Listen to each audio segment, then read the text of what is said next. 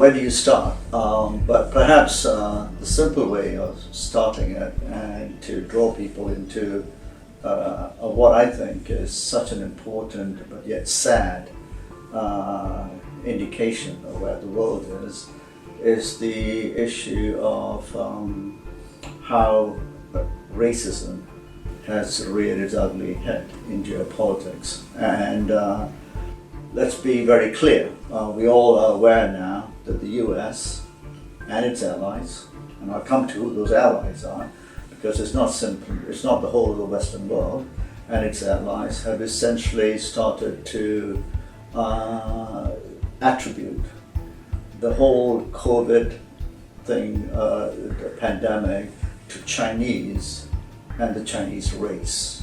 Because it comes from China. Racist. It's not racist at all, no, not at all. It comes from China.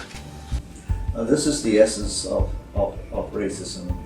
To be very simple and put it very starkly, if the pandemic had started in Germany, Australia, we wouldn't even be having this conversation. There wouldn't be primetime TV saying, are the Chinese responsible for it? After all, when HIV became the pandemic of our times, and of course we lived in a different age, no social media, etc., the rest of the world didn't say the Americans are responsible for it. The rest of the way didn't go to and say that the sexual preferences of Americans and all that racism didn't come out. The world said, this is our problem. Similarly, when the UK had the mad cow disease, people didn't go around saying the Brits are responsible for it. So I think at a geopolitical level, one of the issues is the rise of the rearing of the ugly head of racism. And for me, and why I want to talk about it here, is to essentially remind the world that the sad point about this, and why we need to fight this and speak about this, is that it has brought back what we thought had all gone away. In the post-colonial era, most of us who lived in the colonies were subject to racism. We thought that the enlightenment of these post-Second World War, the decolonization, had taught the West that it couldn't suppress people based on a sense of superiority, etc. But what we found out now is that the decolonization process was essentially a military surrender. There was no choice. But the inherent belief that these other people are inferior, that they are not as good as ours, exists. And some will say this is Donald Trump, but this is not just Donald Trump. And then I can go on to why I think this is not just simply saying this is the Western world's racism. And I can also talk about... Yeah, what do you mean by that? So you say it's not simply the Western world, and earlier on you mentioned that it was US and certain select allies. What exactly do you mean by that? So in the last week or so, one of the things that has been released is a leaked report by something called the Five Eyes. Most people in the world don't even know this, but this is a racial group.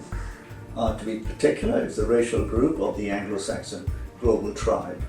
And who does it include? It includes the USA, the UK, tiny little Australia, puny little New Zealand, and then there's big country Canada, but puny in terms of population. What links all of these people? Culture, Anglo-Saxon heritage, and their collective racism against the rest of the world. They're tied. Apart from the UK, which is old country, the rest of these countries were essentially offspring of essentially colonialism, imperialism, pillage, rape, etc. You know, the USA, Australia, New Zealand, and Canada. And these five countries formed the Five Eyes. It is essentially a security alliance formed just after the Second World War. And it even came as a bit of a surprise when its workings were revealed quite openly about a few years ago when the Germans found out that the Five Eyes were spying on them. So the Five Eyes is an Anglo-Saxon tribe that believe they're superior to everyone else, including their European and Western allies. And they are the ones who just released a report, I think it was leaked in Australia through the media, a 15-page report, accusing the Chinese of essentially destroying all the evidence, hiding this away, etc. At a time where the lesson we should all be learning, coming back to your point, is that we are one race as a global population. We should be sympathizing with the sufferings of all people irrespective of race. And let's just go back 3 months ago when China was suffering. There were geopolitical sort of views about oppressive government and all of those things which China was doing. But at that time, no hint that we're going to blame the Chinese based on them because they hadn't traveled to the rest of the world. But it was decrying the Chinese system, which for 30 years since the rise of China, and I will argue and I've argued, is based on essentially the inability to accept the rise of another non-Caucasian civilization. But now that it's transferred, that it's traveled around the world, the Chinese seem to have got it under control, but there's no guarantees. But the two countries with the worst rates of death and where we should all be sympathizing with the horrors that the populations in the US and the UK are having to undergo are the ones leading the racist charge. That is something to do with those nasty Chinese. So you're making it almost sound like during this time when the US and certain allies and associated countries have their backs against the wall, their foreign policy seems to have racism almost integrated into it. It doesn't seem to be. It's a history of racism. So if you look at foreign policy, colonialism was foreign policy. Let's go to those places, and those uncivilized black people, Chinese, etc. Let's fool them. Let's take their civilizations apart because they are inferior. That was foreign policy. People don't understand. Going to other countries, raping and pillaging was foreign policy. So foreign policy and race, in terms of the creation of the modern world over the last 300 years, is sadly, the truth is, and many people may not want to hear this, rooted in essentially Western racist attitudes towards the rest of the world. Right. And we thought that was over once decolonization started, but we've been proven to be terribly wrong. And someone like me who believed in the goodwill of the developed nations, because we were told that there were enlightened civilizations, advanced, etc., who actually sought to develop equally with others, feel terribly betrayed. And yet we don't seem to be seeing racism from the other end of the spectrum. So while it seems like the Western world is calling for investigations on China, be they neutral, biased, independent bodies, the WHO, we don't seem to be seeing the reverse. Would you say that for example, the Chinese or Indians don't seem to have the power to exercise what racism they might have in their foreign policy? Yeah, so it's very important to understand that I'm not saying there isn't a racist Chinese person or a racist Chinese politician, or there aren't racist Indians and politicians, etc. We all know they are. But it's the ability to exercise shamelessly your racism over others, exploit your power to do that, which is essentially what we should all rebel against, call out, and not allow people to hide. So to your question, we will not know whether the Chinese would have used racism as a means to expand their power and seek to grow into the most powerful nation in the world. We will find out if they make those missteps over the next 30, 40 years. At the moment, they don't seem to be doing that. That doesn't mean that they are not having missteps in the way they are essentially going about investing in China, in Africa, etc. But let's be very clear, 300 years of European interventions in Africa were not based on fair deals. They were based on extraction, same with India. So the point is that China and India may have the same racist tendencies, but they have not been able to exercise it. And if the West is portraying itself as enlightened civilizations, etc., an enlightened modern civilization, then it should not be displaying these traits. So why is it that as soon as the U.S. With Donald Trump says this, then as night follows day, the Australians come in. It's the trend. It's always the same because the tribe essentially believes in its superiority.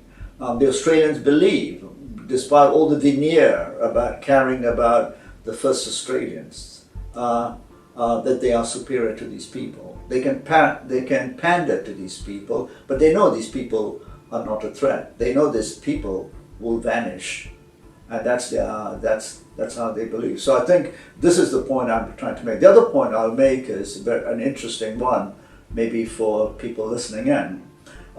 In the West, almost all of the mainstream Western media, the BBC even, the CNN, have jumped onto the story rather than dismiss it as absolute racism, like I'm trying to do, but more eloquently tell the whole world, including the FT, the New York Times, this is racist. We should not do it. They have actually followed the story, given it prime time, had their usual talking heads and commentators come on, and so bludgeon the world because they control the media space, into every hotel room in different parts of the world and say, Chinese. I have a friend who said, I read the FT, I'm Chinese, I live in Hong Kong, I know this is untrue, but every day I read it, I just found myself beginning to believe it. So that's how the media works. It's a bit like pop music. You start humming a tune that is just inane and stupid. Might be a Beatles tune. But so the point I'm trying to make here is they haven't called it out. But interestingly, that same media has been very, very quick to call Donald Trump a racist when he has a go at black people, Hispanic people, and other Americans of what they call color. And then you might say, well, they really do understand racism. I would argue they don't. They're just as racist, but calling out Donald Trump allows them to camouflage their inherent racism, because calling out Donald Trump, who calls out a black American football player who takes the knee, gives them the credentials, burnishes the reputations of being liberal, because that black football player, they know, is not a threat. Similarly in the UK and Europe, where they use soccer as essentially a front to say we are open societies, we are not racist, etc. Whenever a black person, soccer player, is insulted with someone throwing a banana or making monkey noises, it burnishes the credentials. It says we are such an open society. Why? Because that black soccer player is not a threat. So you're saying that there's a structural level of racism that's deeper than the surface level of media entertainment. It's structural, it's economic, it's power. The Western journalist who shouts against racism in their own country is a beneficiary of the structural racism of the Western world against the rest of the world. And this has come out so clearly today. And how does that structural racism contend with the argument that many are saying this could be a turning point, that the post-Western world is on our doorstep? In terms of that, why I think it's important and what I'm talking about this is we thought this had gone away, but it has reared its ugly head. And it reared its ugly head because those who are losing power, as we turn into a post-Western world, and in this instance led by the US, essentially have reverted to type. And that is to come out fighting, and your worst traits come out. So for 50 years they tried to hide it.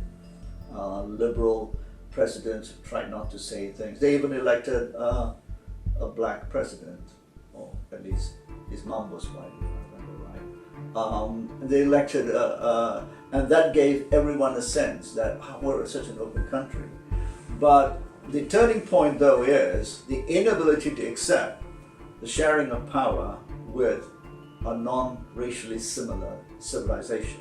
In this instance, it's the Chinese. I've lived in Hong Kong for 30 years. I'm not Chinese. I have no particular affinity for the Chinese political system or any political system. I try and look at results. When I first went to China, I saw an impoverished country, so poor. I just come from Africa. And I thought, how are they going to do this? And they did certain things. They made many mistakes. But they lifted more than 500 million people out of poverty, which has never been done in human history. So you give credit where it's due. Sitting in Hong Kong here, I was regularly astounded at the dishonesty of journalists, Western journalists, who constantly attacked China. So I tried to find out, why do they keep attacking China? I never ever thought they must be racist at heart, because these are my friends. I know these guys. They're liberals. So I wondered why. So is it because they really care about Chinese people? I found out no. Why would they care about Chinese people? Do they really hate the fact that the ideological system is different? Yes. Then the real conclusion is that sense of superiority through the preeminence of Western civilization that's manifested in today's world to the United States. So even if you're a Brit, you can say they're one of us. That is the biggest fear. And that fear now is manifesting itself so openly and in a raw way because the power is shifting. In this instance, to the Chinese. But if you can tell the Indians, the Indonesians, the Africans, those Chinese are bad, they are nasty, they eat strange things, then you can continue to essentially forward the agenda, we are superior. Those people are bad. Don't go with them, don't trade with them, don't visit their countries, don't believe in their science, don't let their companies come and trade with you. So the turning point now, if there is a turning point, is what are we going to do, the majority?